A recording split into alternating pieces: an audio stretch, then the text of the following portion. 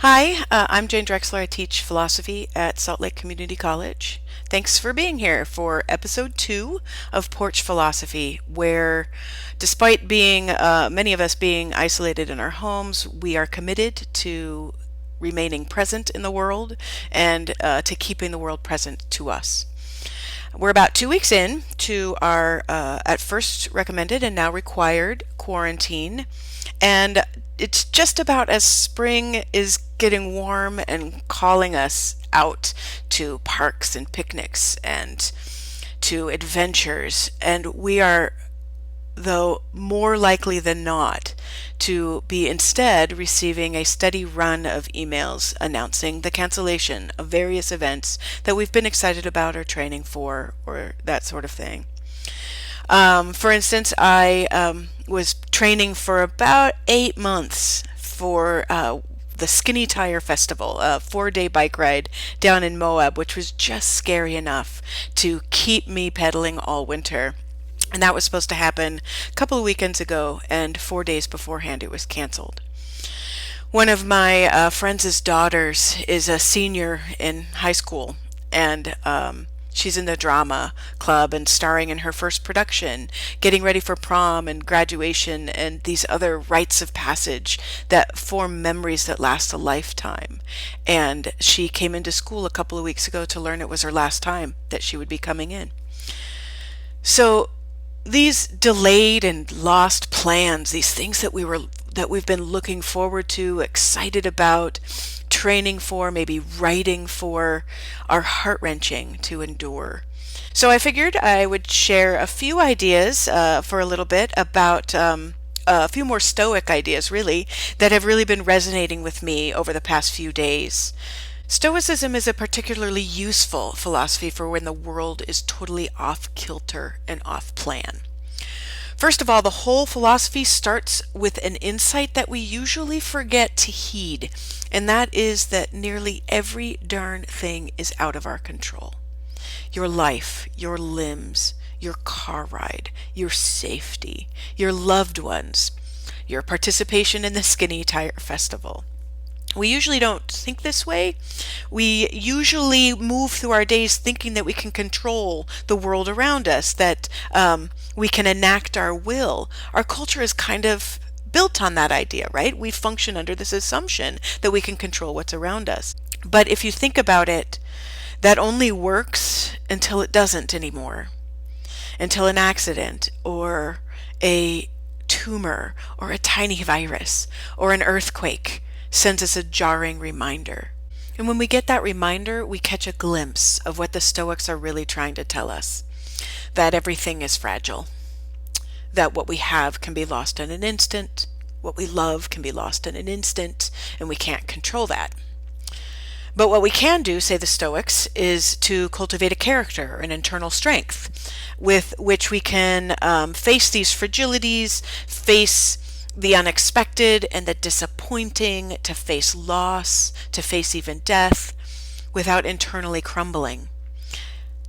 So that's the Stoics' starting point. And so a lot of what the Stoic philosophy is about then is training. Stoicism is kind of the most boot campy of all the philosophies, I think. But it's about engaging in mental, sometimes physical exercises that prepare you for the worst that the world can throw at you. And for the Stoics, that kind of preparation takes work. It takes dedication and training and commitment.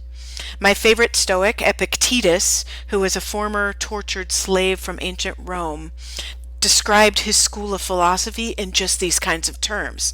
He said, "Let others teach lawsuits, others study problems, others syllogisms. Here, at this school, you practice how to die, how to be enchained, how to be racked, how to be exiled." First of all, just take a minute and appreciate that mission, vision, and value statement.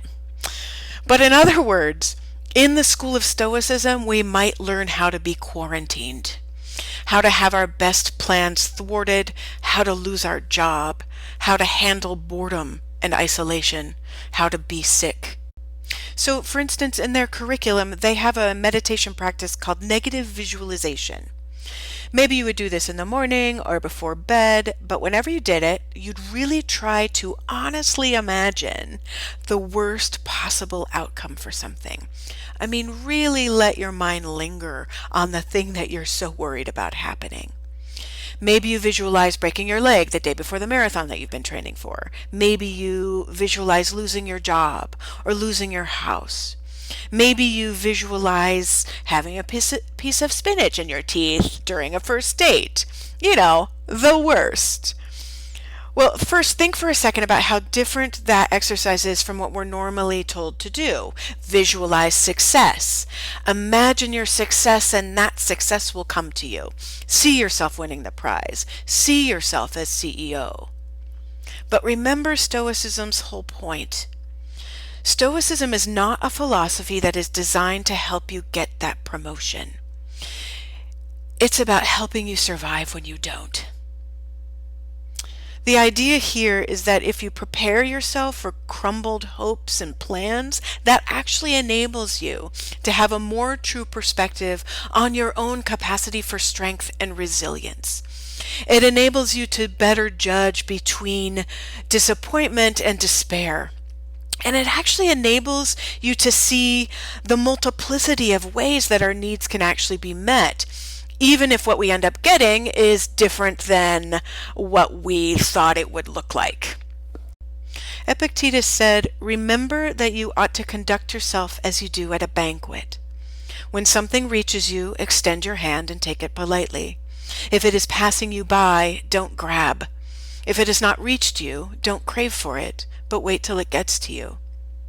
This is one of my favorite aphorisms of Epictetus, which is funny because I think my students would tell you that I say that about just about every one of Epictetus's aphorisms. But the sentiment here is really asking us to keep open our mind when faced with the loss of plans and thwarted expectations. You are okay, it says. You are not in the wrong place. You are in this place. What is not here is not lacking or missing.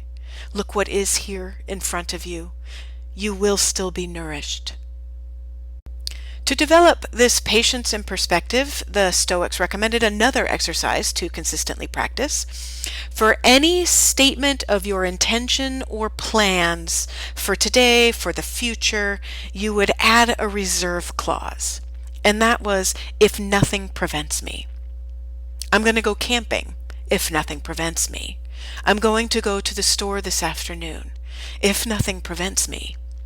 It's a good check on our ego, and it's a good reminder that all kinds of things can come along and mess up our plans. I'll leave you today with one more of my favorite of Epictetus's aphorisms. By the way, a lot of these passages from Epictetus appear in a little book called the Enchiridion. Enchiridion means little handbook, and it was compiled by one of Epictetus's students to be a kind of greatest hits of Epictetus's philosophical wisdom.